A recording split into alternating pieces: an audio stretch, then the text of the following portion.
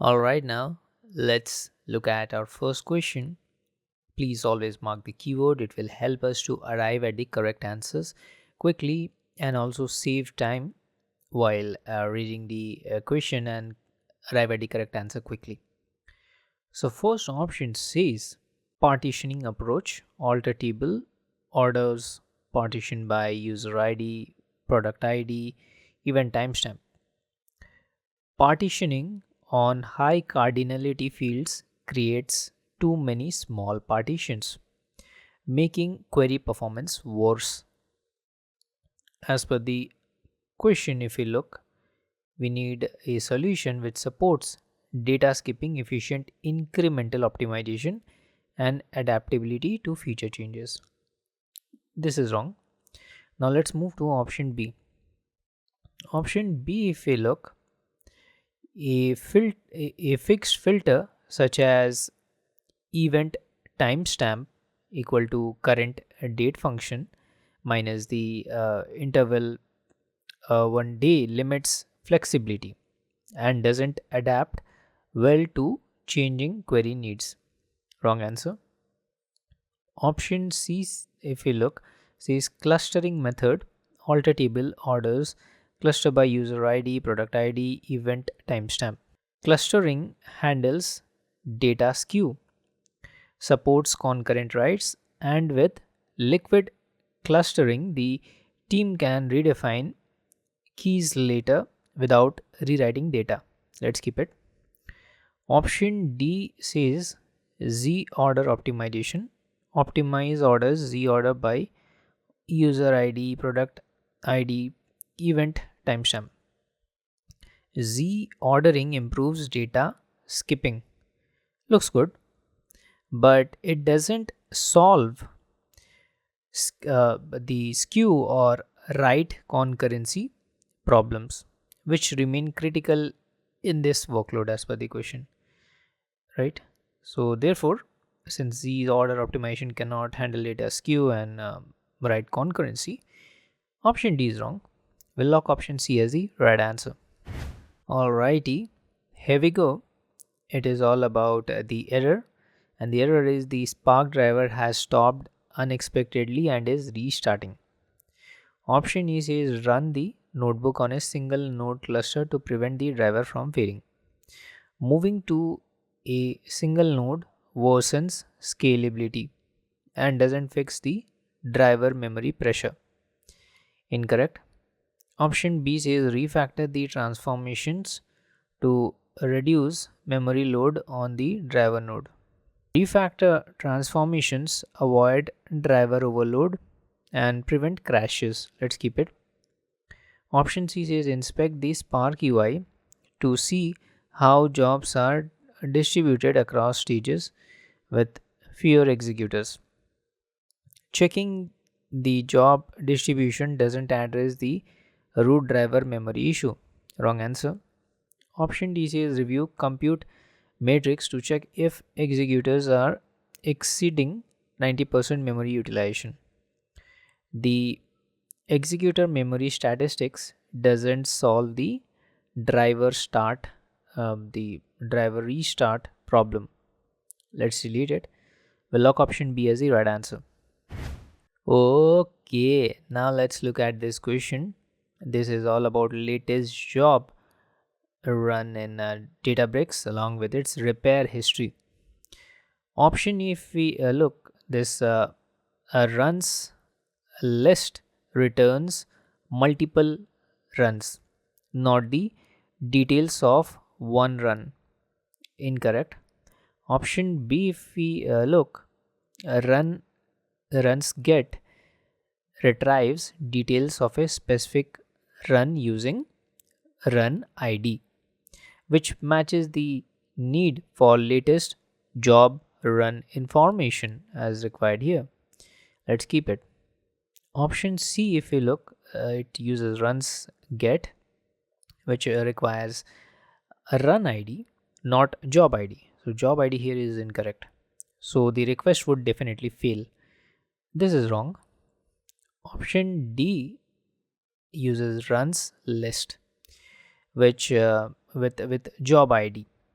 which will give a list of runs, not the repair history of a single run, what we are looking as per the question.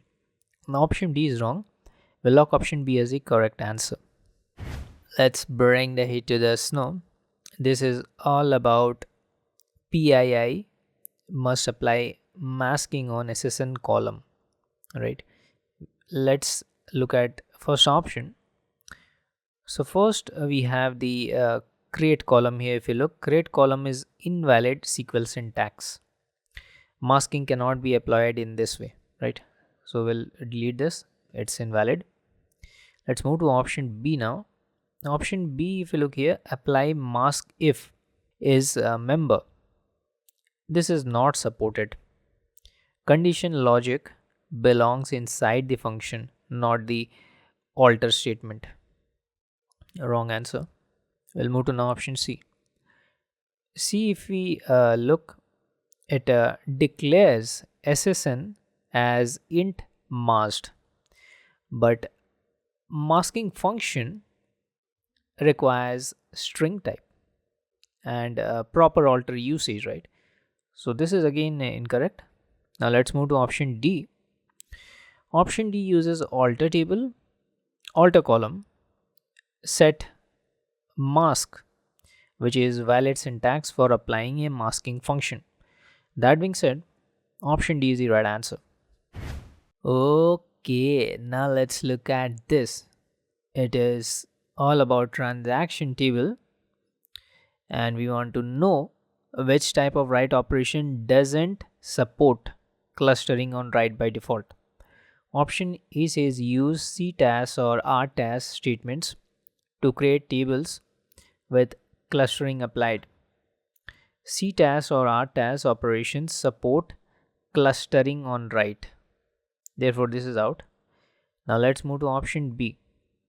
Option B says use spark.writestream.format delta.mode append for streaming data ingestion. Streaming writes bypass clustering on write unless a special configuration flag is enabled. So let's keep it. Option C says use spark.write.format delta.mode append for batch data ingestion. Batch writes with spark.write support clustering on write. We are looking for not supported, right? So this is again wrong. Now let's move to option D. D says use insert into statements to add rows into the cluster table. Insert into operation also supports clustering on write. So option D is wrong. Let's lock option B as the right choice. Alright, now let's look at this question. Option A, if we look, compute add is not a valid Databricks CLI command, that is command line interface command, right? Incorrect. Option B here uses the cluster create. If you look, cluster create is a valid command line interface command for provisioning a new cluster with runtime and worker details. What we need looks good, we can keep it. Option C here uses compute create, which is again not supported in Databricks CLI syntax. Incorrect. Option D says cluster add. Cluster add is again invalid. Only clusters create is recognized for new cluster creation. So option B is the only correct invalid syntax. So we'll reject option D and lock option B as the right answer. Alright, now here we go with another interesting question where the team needs the ability to view driver logs when troubleshooting jobs. Option E says grant can view permissions on the cluster. Can view is not a valid compute ACL permissions in Databricks. Incorrect. Option B says grant can restart permission on the cluster. Can restart only allows restarting the cluster, not viewing logs. Wrong answer. We'll move to now C. C says grant can attach to permissions on the cluster. Can attach to allows attaching notebooks but doesn't provide log access. We'll delete this. Let's move to option D. D says grant can manage permissions on the cluster. Can manage is the only permission level that allows access to driver logs. That being said, let's lock option D as the right answer. Alright. Now let's look at this. This is all about Apache Iceberg format. Option E says ask the analytics team to switch to a tool that supports delta tables. Forcing the analytics team to change tools doesn't solve the interoperability requirement. A wrong answer. Option B says create a separate Iceberg copy of the transactions delta table for the analytics team. Creating a duplicate Iceberg copy wastes storage and maintenance effort. Wrong choice. Option C says convert the transactions delta table into Iceberg format and enable uniform so it can be still be read as delta. Conversion is unnecessary. Enabling uniform archives interoperability without alteration the delta table. So for now it's wrong. We are left out with option D. It says enable uniform on the transaction table with the format set to Iceberg, allowing it to be read as an Iceberg table. Using Delta Lake uniform enables a delta table to expose Iceberg metadata, allowing the same table to be accessed as an Iceberg table. That being said, option D is the right answer. Alright, now let's look at this question. This is all about running unit test using common Python testing framework. Option E says create a separate Databricks notebook containing unit test functions and import them into production notebooks. Importing from notebooks is not maintainable and doesn't integrate well with testing framework. Incorrect. Option B says store functions and unit test as Python files in Databricks repository, that is files in repos for modular testing. Using files in repos allows functions to be modularized into .py files, enabling proper unit testing with frameworks. Let's keep it.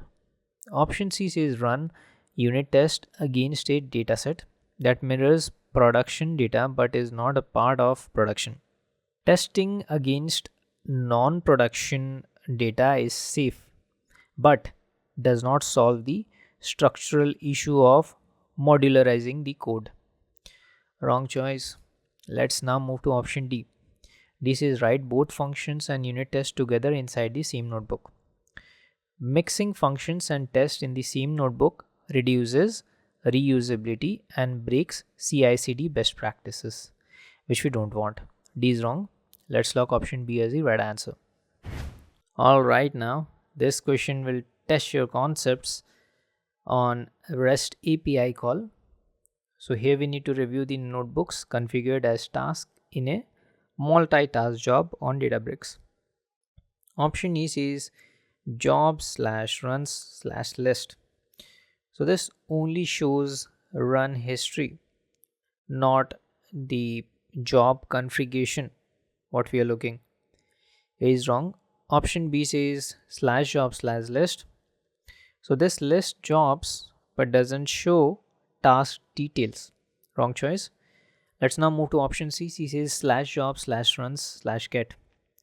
So this provides details of a single run, not the job's task setup. We'll delete this. We are left out with option D. It says /job/get. So /job/get returns the job definition including notebooks configured as task. That being said, option D is the right answer. So please don't go away. Let's meet in next part of the series.